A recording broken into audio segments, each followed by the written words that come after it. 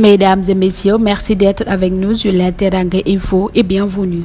Top 5 du 27 mai 2021. Une tontine sur Facebook tourne au cauchemar pour le groupe. Iron Lady, la dame Gueye soutient 63 millions à 30 personnes.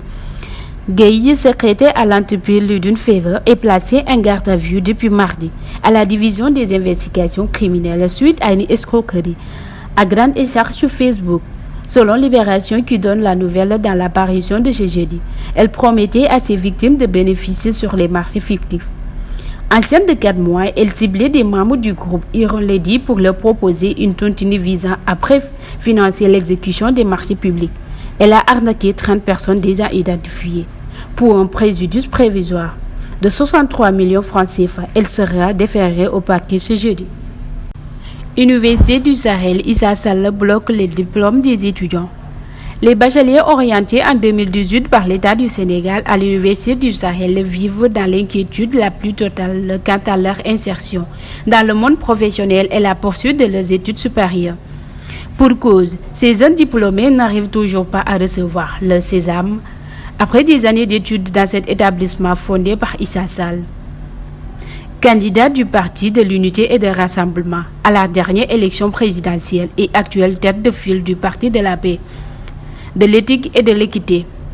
Selon des informations, l'ex-l'homme de confiance de Seyid Moustapha Sy et nouvel allié du président Macky Sall ainsi que ses collaborateurs refusent de délivrer aux ayants droit leur diplôme sous prétexte que l'État sénégalais n'a pas encore réglé la facture qu'il doit à l'Université du Sahel.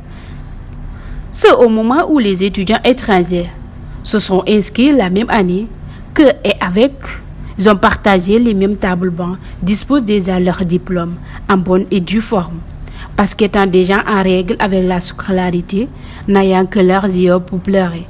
Ces étudiants sénégalais orientés par l'État dans cet établissement ne savent plus à quel fin se vouer, puisque le ministre conseiller en charge d'éthique semble être sensible à leur cas.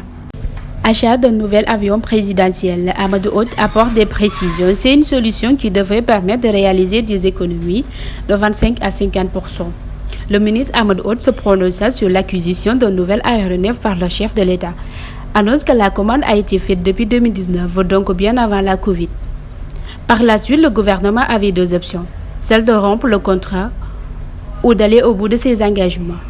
Pour la première option, Amadou Hott, toujours dans les colonnes des médias, annonce que cela devrait engendrer le risque de paiement des pénalités et des contentieux. Ensuite, de maintien et de factures élevées de carburant.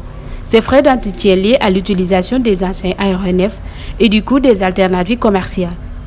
Lorsque ce dernier n'est pas disponible concernant l'option appliquée, c'est-à-dire la poursuite des engagements, le ministre de l'économie annonce que ce nouvel aéronef permettra de réaliser des économies sur les carburants, ainsi que sur les charges locatives d'un avion et des frais d'entretien liés au fonctionnement compte tenu de l'état des anciens avions.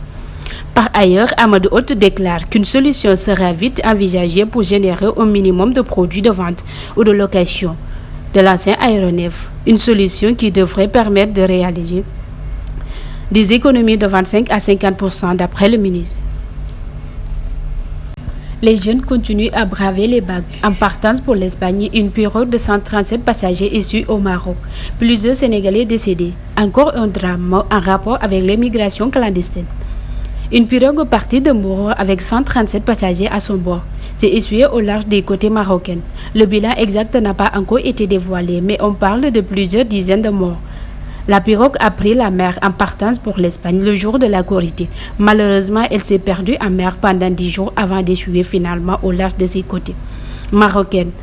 Parmi ces personnes décédées déjà identifiées, les médias ajoutent qu'au moins une dizaine est origine de Missira, région de Fatick et de Bidiankoto, région de Tambacounda. D'autres viennent de villages tels que Seno, Sintuel, Korel, Tcherno, Taïbou.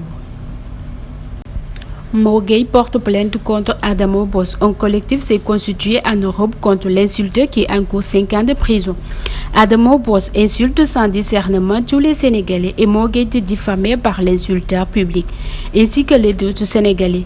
Comment un avocat sénégalais du bureau de Paris pour mettre en holà à ce barbarisme. M. Souleymane Makodou Fall, avocat au bureau de Paris, est commis par Mo Gueye, le jeune milliardaire sénégalais qui vit aux États-Unis.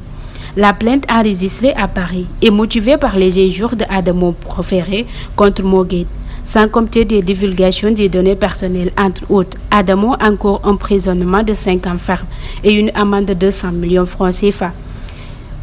Pour rappel, d'autres Sénégalais en Renault ont été estés contre l'insulteur et se sont regroupés en un collectif de plaignants.